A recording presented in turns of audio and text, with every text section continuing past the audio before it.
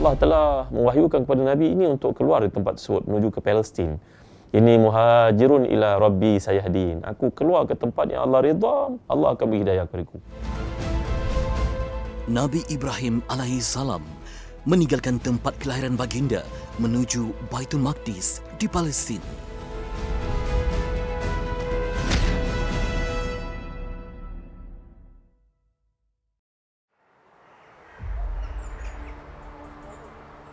Minggu terakhir di Sali Urfa. Kami akan meninggalkan bandar bersejarah di lembah Mesopotamia ini. Sebelum meninggalkan Sali Urfa, kami mencari seorang warga emas di celah-celah bazar.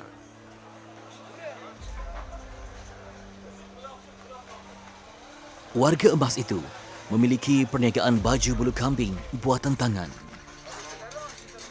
Hanya 2 buah kedai seperti itu yang masih wujud di Sali Urfa.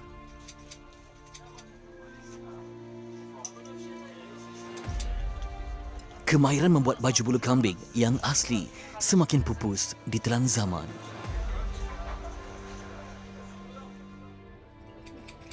Dah pun sampai di kedai milik Muhammad Future ini. Saya difahamkan beliau dibantu oleh anaknya Ibrahim.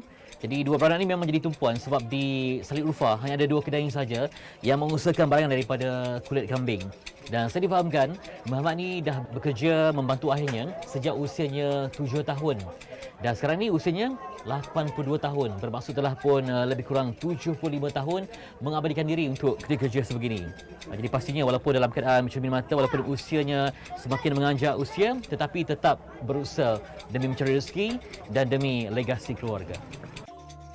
Membuat rompi dan baju dari bulu kambing sangat popular ketika era dinasti Utsmaniyah. Namun ada catatan sejarah yang menggambarkan baju bulu kambing telah dipakai ketika zaman Nabi Ibrahim alaihissalam. Malah mungkin lebih awal lagi. This one 2000. Harganya boleh mencecah 2000 sebab hasil kerja tangan kan, dan juga barangannya pun berkualiti dan juga sering jadi tumpuanlah di Sali Urfa ni. Harganya mahal kerana ia buatan tangan sepenuhnya dan menggunakan bulu kambing asli. Dalam setahun, kedai itu hanya menyiapkan 60 helai sahaja. Ni yang dah siap dijahit. Kalau jual, how much if you sell this one? $200 bro. Ya, yang ni lebih kurang 200 lira ataupun lebih kurang duit Malaysia dalam 160 macam tu. Tapi berkualiti lah bab hasil kerja tangan ya. Very nice. Biasanya kalau musim sejuk ke mesti laris jualan ni. Baju itu sesuai dipakai ketika musim sejuk. Bulu kambing bibir yang asli akan menghangatkan badan si pemakainya.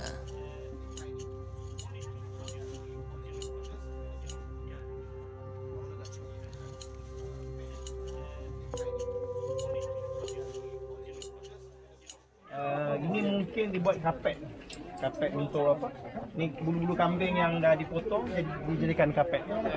Ini banyak ada jual ni dekat Istanbul dan sebagainya, tapi sintetik, bukannya original. Ni masih original. Apa dah ifrah apa? Ini dia Bak, tu ini orada var. Bak. dia buat sendiri dia tu. Kaç para bu? 50. 50 lira maknanya RM40. O 20. 20. Ni bu ne? Bu ne hayvanı? Ya bu da bir hayvan. Kami meninggalkan warga emas itu bersama perniagaan tradisinya di Bazar Sali Urfa. Kembara menjejak sejarah Nabi Ibrahim alaihissalam diteruskan ke sebuah bandar kecil dikenali sebagai Haran. Diriwayatkan, Haran adalah adik kepada Nabi Ibrahim alaihissalam.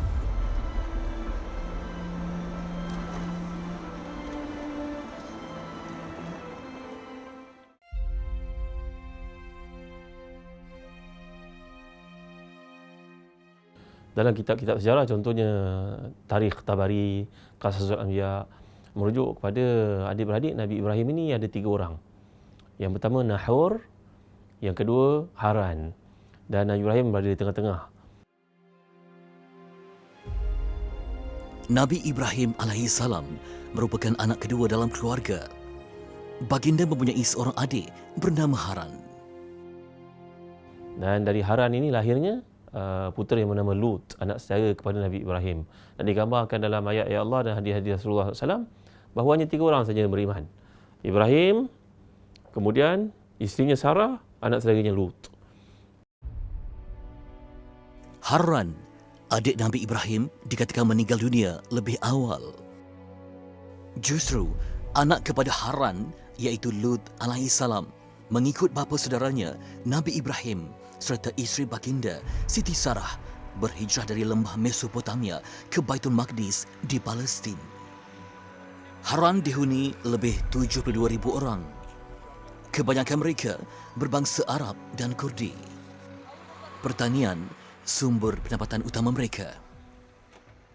Pencarian utama orang kampung kat sini dia jual ni. Ini adalah yang terkenal di Urfa, dipanggil Haran Urfa. So ini cili cili hijau dengan cili merah. Satu ni 25 kilo, harga dia 15 lira. Maknanya duit kita lebih kurang dalam RM10 lah.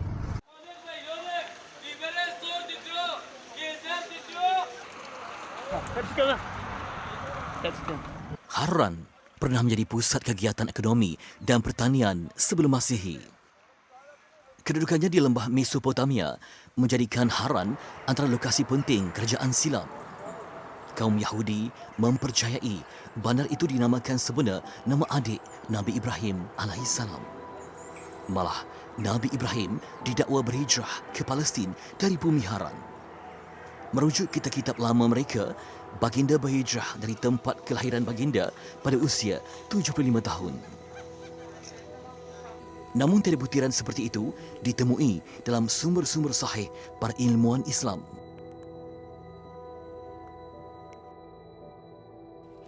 Inilah gambaran rumah tradisi di Haran pada ribuan tahun yang lalu. Kalau kita perhatikan, antara struktur utama ataupun bahan utama untuk membina rumah ini ialah 100% tanah liat tanpa sokongan seperti kayu, batu dan paku. Jadi ia mudah runtuh. Misal kata kalau ada ancaman angin kencang ataupun cuaca yang ekstrim.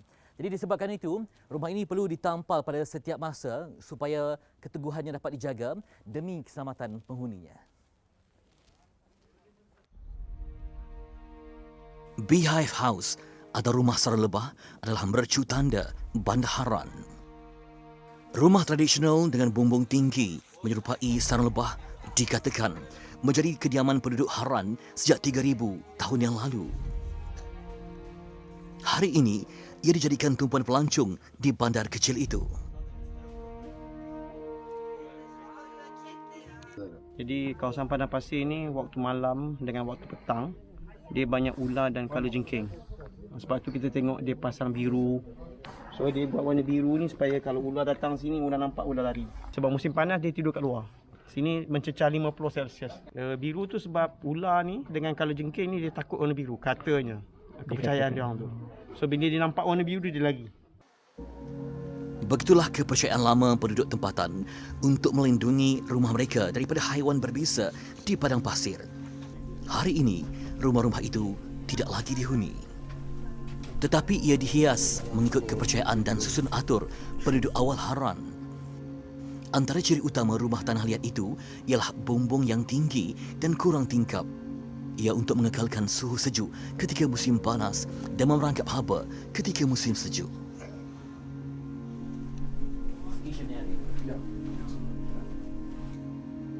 Peralatan di dapur rumah itu menarik perhatian pengunjungnya.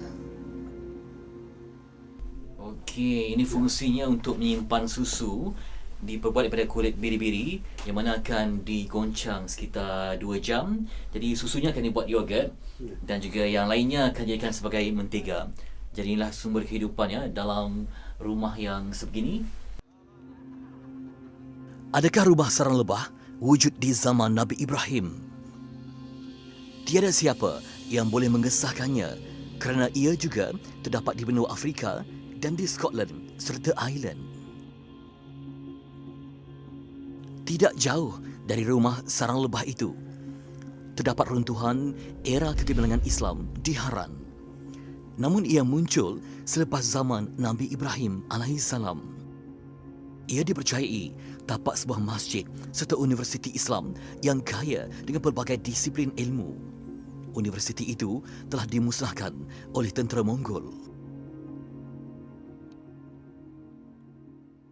Inilah bumi Haran yang hampir landai, luas, lapang dan tenang serta tidak ada gunung ganang dan bangunan yang tinggi yang menghalang pemandangan untuk melihat langit yang luas terbentang. Jadi matahari, bulan dan bintang tampak indah mempesona sehingga ada kaum yang memuja dan menyembah bulan, bintang dan matahari ini. Maka hadirlah Nabi Ibrahim AS membawa dakwah dan kerasulannya untuk menyeru kaum yang sesat ini kembali kepada Allah. Nabi Ibrahim AS melalui pelbagai dugaan dalam dakwah baginda. Tetapi umatnya kekal dengan amalan mensyirikkan Allah. Malah Nabi Ibrahim dicampak ke dalam api yang tinggi menjulang maraknya. Mukjizat Nabi Ibrahim tidak terbakar, langsung tidak menarik perhatian umatnya kepada risalah tauhid. Rentetan itu, Nabi Ibrahim AS diwahyukan berhijrah dari tempat kelahiran baginda. Di belakang saya ialah sebuah universiti yang pernah melahirkan ramai sarjana dalam bidang astronomi ataupun ilmu falak seperti Ibnu Hayyan. Tetapi ia telah pun runtuh akibat serangan dan juga peperangan. Dan kini ia dibangunkan kembali sebagai sebuah kompleks untuk membuktikan bahawa bumi Haran ini pernah menjadi pusat gemilang ilmu falak di seantero dunia. Runtuhan itu sebenarnya sebuah masjid dibina sekitar kurun ke-8 Masihi oleh khalifah terakhir dinasti Umayyah.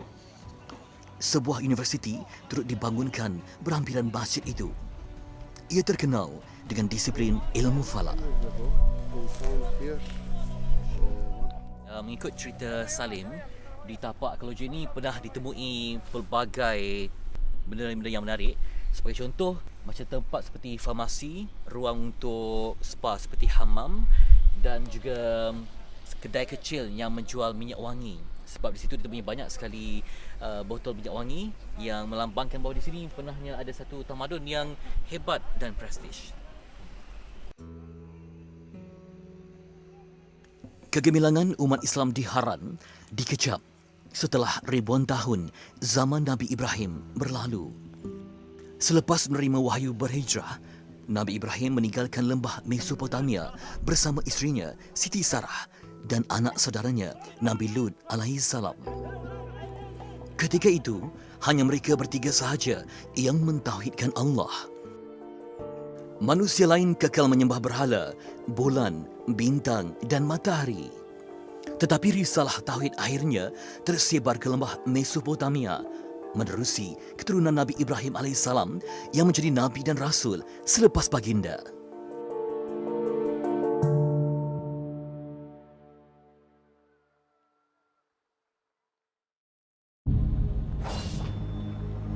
Setelah melalui pelbagai ujian, Nabi Ibrahim akhirnya diperintahkan keluar menuju ke Baitul Maqdis di Palestin.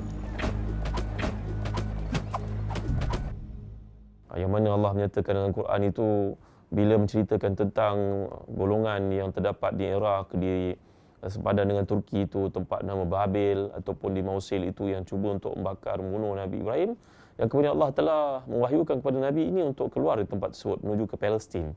Ini muhajirun ila Rabbi sayahdin. Aku keluar ke tempat yang Allah redha, Allah akan beri hidayah kepadaku. Nabi Ibrahim berhijrah mencari redha serta hidayah ilahi. Kami bermusafir mencari jejak tinggalan sejarah baginda. Pagi ini, kami meninggalkan Sani Urfa serta sejarah Nabi Ibrahim AS di lembah Mesopotamia.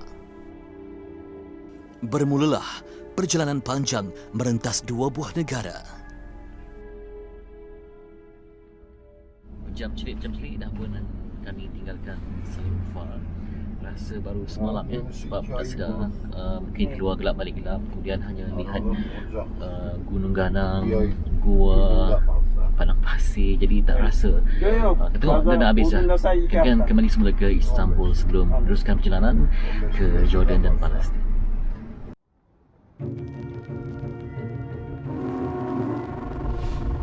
Kami menaiki pesawat paling awal dari Sani Urfa ke kota Istanbul. Penerbangan mengambil masa 1 jam 40 minit. Ketika zaman Nabi Ibrahim, baginda terpaksa menempuh jalan darat yang mengambil masa berbulan-bulan atau mungkin bertahun lamanya untuk sampai ke Palestin. Sebaik tiba di Istanbul, kami perlu mengejar satu lagi penerbangan untuk ke Amman, Jordan. Dalam keselesaan, kami masih terasa lelah. Tidak terbayang kesukaran Nabi Ibrahim bersama isteri dan anak saudaranya menempuh pelbagai sempadan negara serta ancaman di sepanjang perjalanan mereka.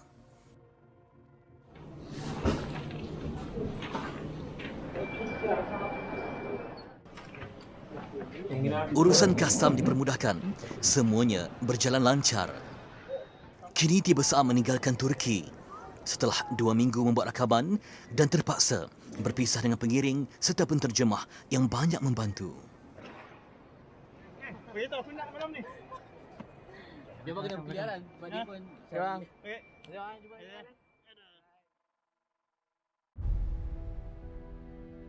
Dua jam penerbangan dari Istanbul, akhirnya kami mendarat di Amman, Jordan. Kami semakin hampir dengan bumi Palestin. Sebaliknya, Nabi Ibrahim AS diberitakan memasuki beberapa buah negara, antaranya Yaman dan Mesir sebelum tiba di Palestin. Di setiap negara itu pula, Nabi Ibrahim diuji dengan pelbagai karenah raja-raja di kawasan tersebut.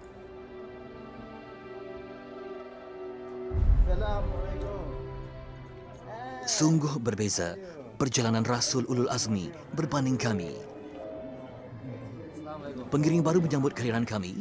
Mereka bersedia membantu serta memudahkan urusan di Jordan dan juga Palestin. Segalanya berjalan lancar.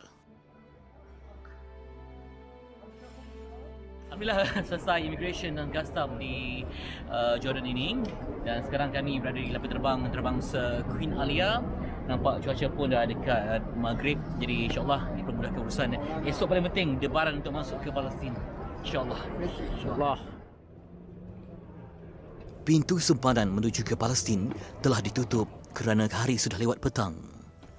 Kami akan bermalam di Jordan dan menyambung perjalanan pada hari yang berikutnya. Sememangnya kami letih kerana tiada ruang untuk bersantai. Jadual rakaman telah disusun dan perlu disempurnakan seperti dirancang. Walau bagaimanapun, apa yang kami lalui jauh lebih baik berbanding Nabi Ibrahim AS. Baginda diriwayatkan terkandas di bumi Mesir.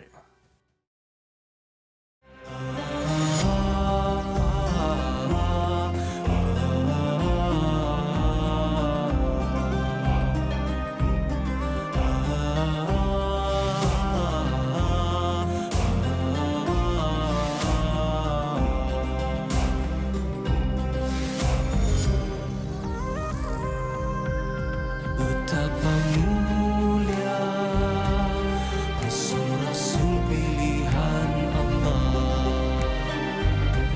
di badai ujian diterpa rintangan.